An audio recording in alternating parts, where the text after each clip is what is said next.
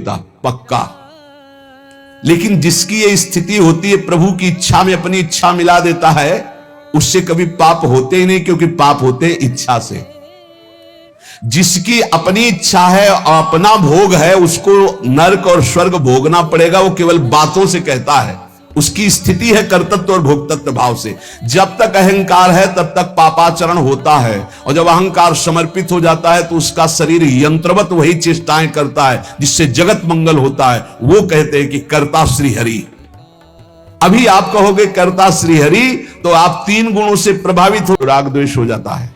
क्यों? क्योंकि तुम व्यवहार में क्रिया देखते हो, कर्ता नहीं देखते, कारण नहीं देखते।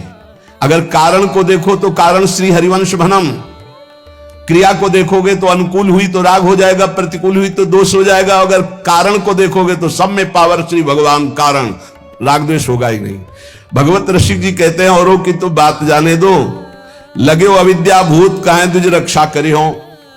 समीप में बैठे हैं अर्जुन जी के भगवान श्री कृष्ण। एक ब्राह्मण आता है और श्री भगवान के सामने वो कहता है, प्रभु प्रभु, अभी अभी मेरा पुत्र प्रकट हुआ और पधार गया। द्वारिकापुरी की बात है। प्रभु पैदा होते ही मर गया, ऐसा तो लिए ये काल उल्टा चक्र चला रहा है कि पिता के सामने जन्मा हुआ पुत्र मृत्यु को प्राप्त हो रहा है। ये राज हिंसापरायण दुश्शील अजितेंद्री प्रजा को दरिद्री कर रहे हैं, कर ले करके दुख पर दुख प्रजा भोग रही है। इसीलिए हमको सामने महान संकट देखना पड़ा। अधार्मिक राजाओं के होने के कारण मेरा पुत्र मेरे सामने मरा, ऐसा काल व्यतिक्रम है, नहीं होना चाहिए था। इस प्रकार बोलकर चला गया। फिर दूसरा पुत्र हुआ तो फिर मर गया, फिर बोल के चला गया। तीसरा पुत्र पैदा हुआ, फिर मर गया, फिर वैसे ही बोल के चला गया। जब 9वें बालक के मरने पर वो वहां आया तो अर्जुन जी ने कहा, ब्राह्मण सुनो,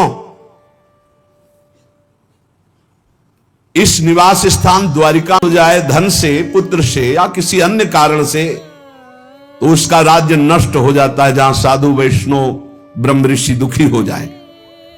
मैं समझता हूं इस समय तुम बड़े संकट में हो, बड़े दीन हो रहे हो, क्योंकि तुम्हारे पुत्र मर रहे हैं। मैं प्रण करता हूं तुम्हारे पुत्र की रक्षा करूंगा। कर्ता को जाने नहीं, भगवत ऋषि जी कह रहे हैं। अरे उनका जाओ, तुम बात क्या बनाते हो, तुम क्या पूर्ण करोगे?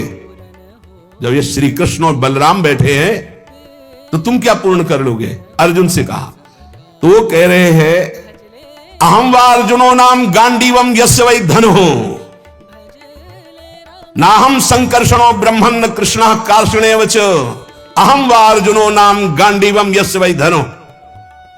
मैं कोई संकर्षण नहीं हूं बलराम जी, और मैं कोई कार्षणी कृष्ण नहीं हूं। मैं गांडीव धनुषधारी अर्जुन, जो बोलता हूं वही करके दिखाता हूं। यहां 2 भाव निकलते हैं कि देखो भाई, मैं कोई कृष्ण बलराम तो हूं नहीं, उनका दास हूं। तो भगवान अपने प्रण को चाहे भुला दे, लेकिन दास के प्रण का निर्वाह करते, इसलिए मैं प्रण लेता हूं कि मैं तुम्हारे पुत्र की रक्षा करूंगा। और एक भाव ये होता है कि मैं कोई कृष्ण बलराम नहीं हूं, मैं गांडीव धनुषधारी अर्जुन हूं, जो प्रण लेता हूं उसे पूर्ण करता हूं।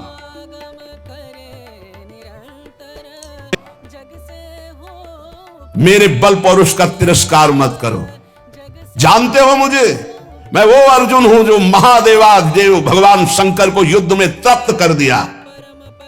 ऐसा है, मैं अधिक क्या कहूं। अगर मृत्यु भी सामने आएगी तो मैं जीत कर तुम्हारे पुत्र की रक्षा करूंगा, मैं वचन देता हूं। तब ब्राह्मण ने कहा, जय हो कुंती नंदन अर्जुन, तुम्हारी जय हो भाई, धन्य है, तुम्हारा बल पौरुष प्रशंसनीय है। अब मैं जा रहा हूं, जब बालक होने को होगा तो मैं तुम्हें सूचना दूंगा। फिर समय आया प्रसव का, ब्राह्मण भागता हुआ आया, अर्जुन अर्जुन इस बार तुम मेरे बच्चे को बचा लो, मृत्यु से बचा लो। अर्जुन तत्काल गए, आचमन किया, भगवान शंकर का ध्यान करके प्रणाम किया। श्री कृष्ण चंद्र की तरफ देखा भी नहीं, कर्ता को जाले ले यही बात समझा रहे, समझो। और दिव्यास्त्र का स्मरण किया और गांडीव पर प्रत्यंचा चढ़ाई और ऐसा कहने लगा कि मेरी मूर्खता देखो, इस नपुंसक की बात में मैं आ गया। हाँ, अरे जहां श्री कृष्ण और बलराम नहीं रक्षा कर पाए, इसकी डींग भरी बातों पर मैंने विश्वास कर लिया।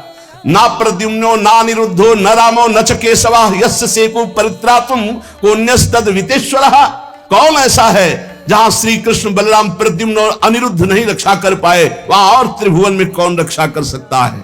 मिथ्यावादी अर्जुन को धिक्कार है, अपने मुंह से बड़ाई करने वाले गांडीव धनुषधारी अर्जुन को धिक्कार है। दुर्बुद्धि मूढ़तावश कहता था कि मैं तुम्हारे बालक की रक्षा कर लूंगा। अब ब्राह्मण तो क्रोध में, देखने को मुंह नहीं मिला लड़के का, पैदा हुआ गायब। अर्जुन ने कहा ब्राह्मण मेरा अपमान मत करो। तत्काल योग बल से यमपुरी गए। भगवान धर्मराज जी ने देखा कि अर्जुन पधारे, बोले इस समय अर्घ पात्र लेने का हमें अवसर नहीं है, हमें यह बताओ कि वो जीवात्मा तुम जब सब जगह से हार जाता है तब बोलता है हरिश शरणम। पहले नहीं चितवन किया कि प्रभु, तो प्रभु समझा देते। प्रण लेने से लेकर अभी तक भगवान की तरफ नहीं देखा कि रुख क्या है। अब जब चिता में जलने का नंबर आया तब केशव प्रणाम आखिरी स्वीकार करो। तो भगवान ने कहा किस बात का? बोले वो प्रण है ना, तो चिता में जलने जा रहे तुमने अभी पूरे बल का प्रयोग कहां किया? ध्यान दीजिए, तुमने अभी पूरे बल का प्रयोग कहां? तुम्हारा पूरा बल तो मैं हूं। मुस्कुरा दिए अर्जुन, यही हमसे गलती होती है। हमारा बल कौन है? आराध्य देव। हम अपने बल की डींग हाँकने लगते हैं, उन्हीं के बल से मिले हुए बल से हमारा पूरा बल श्री भगवान है। देखो अर्जुन, तुम्हारा बल मैं हूं। जिस समय ये तुम्हारी निंदा कर रहे हैं यही सब लोग प्रशंसा करेंगे और तुम्हारे यश की कीर्ति की स्थापना होगी। करें करावें आप सब, जने बढ़ाई दे। मान लो कर्ता को जानो कौन है। सर्वशक्तिमान भगवान, जनों के भी परमेश्वर भगवान श्री कृष्ण ने जब घोड़ों की दशा देखी तो सुदर्शन चक्र का स्मरण किया।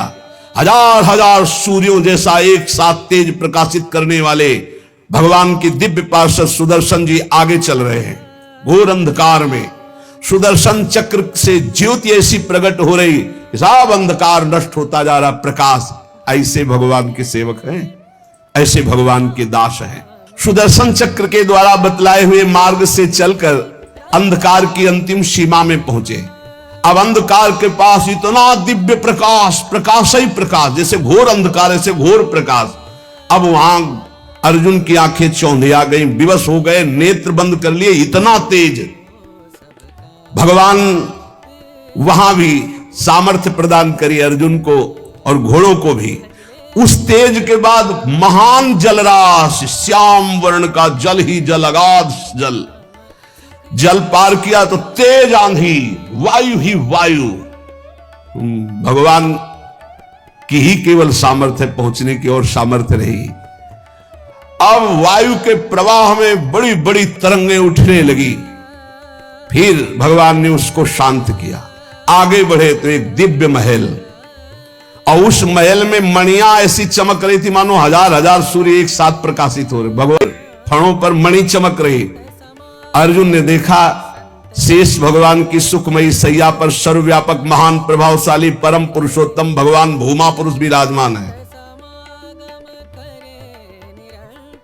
अर्जुन बार बार श्री कृष्ण चंद्र जी की तरफ देख रहे हैं। भूमा पुरुष है तो एक ही, ये कहां ले आए? एक तो ये श्री कृष्ण, एक ये श्री कृष्ण, क्योंकि द्वारिकाधीश भी चतुर्भुज रूप और हरि भी चतुर्भुज रूप।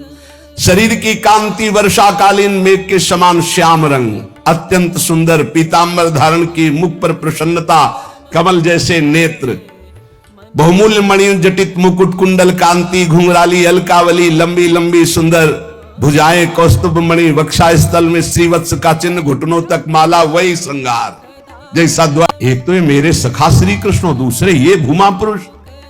श्री कृष्ण ने फिर प्रणाम किया और हाथ जोड़कर कहा कि हे भूमा पुरुष, आप कृपा करके आदेश कीजिए। गंभीर वाणी में बोले, हे अर्जुन और हे श्री कृष्ण, तुम दोनों को देखने के लिए मैंने उन पुत्रों का अपहरण किया, मैंने अपने पास मंगाया। तुम मेरे ही अंश से प्रकट हुए हो और धर्म की रक्षा के लिए पृथ्वी पर अवतार ग्रहण किया। पृथ्वी के भार से दैत्यों का संहार कर चुके हो। अब तुम्हें लौटकर हमारे ही स्वरूप में फिर विलीन होना है। तुम पूर्ण काम सर्वश्रेष्ठ हो, जाओ अभी कुछ कार्य बकाया है, लोक संग्रह के लिए वो कार्य करके पुनः मेरे पास आ जाओ। भगवान श्री कृष्ण भी हाथ जोड़े खड़े, अर्जुन भी खड़े हैं। अति विचित्र भगवंत गति, बड़े बड़े ख्याली। अर्जुन के होश उड़ गए, नए भूमा पुरुष कौन हो गए भाई? ये परम पुरुष तो हमारे सामने खड़े हैं, यही है यही। अगर ये अपने रहस्य को न बतावे तो कोई, इनका एक नाम है अनंत, कोई अंत ही नहीं पा सकता है। अर्जुन और श्री कृष्ण को आदेश किया, सर झुकाकर। अर्जुन देखते जा रहे, सर झुकाकर भगवान कह रहे जो आज्ञा। ज्ञान बल, पौरुष बल, जो कुछ भी है वो हे श्री कृष्ण केवल आपकी कृपा से है, ये मुझे पता चल गया। यही पता चलना है, इसीलिए रोज सत्संग सुनो। एक बार सुनने से काम नहीं चलेगा। गीता सुनने के बाद क्या कहा था? नष्टो मोहा स्मृति लब्धा। फिर क्या हो गया? फिर मोह। ये हवा है, आंधी है, कभी भी गंदा कर सकती बुद्धि को। देखो अर्जुन जी ने गीता सुनने के बाद कहा था नष्टो मोहा स्मृति लब्ध, फिर मोह हो गया, मोह माने अज्ञान। फिर कहने लगे कि मैं कोई श्री कृष्ण बलराम, आज फिर बोल रहे। आप इसीलिए निरंतर भजन और सत्संग के लिए महापुरुष जन कहते हैं, जिससे हमारी बुद्धि रोज पावन होती रहे। जैसे पोछा लगा दिया, सोनी लगाने के बाद और दरवाजा खुला छोड़ दिया तो फिर गंदा होने की संभावना। इस समय हर इंद्रियों को शासन में रखते हुए नाम जप करते हुए ये परम पद तब प्राप्त होता है। तो इसलिए भगवत रसिक जी कह रहे हैं कि कर्ता कृत जाने नहीं, माने निज करतूती, ते प्राणी दुख पावहीं, लगो अविद्या भूत। ये बहुत जल्दीबाजी में फिर सब बिगड़ जाता है। धैर्य पूर्वक भगवान का आश्रय लेकर नाम जप में लगो, इसी से परम मंगल होता है, इसी से परम लाभ होता है। क्योंकि भगवान शंकर भी जिनका चरणोदक माथे पे धारण किए हुए हैं वो भगवान श्री हरि हैं। एक बार सरस्वती नदी के तट पर ब्रह्म ऋषि जन यज्ञ कर रहे थे।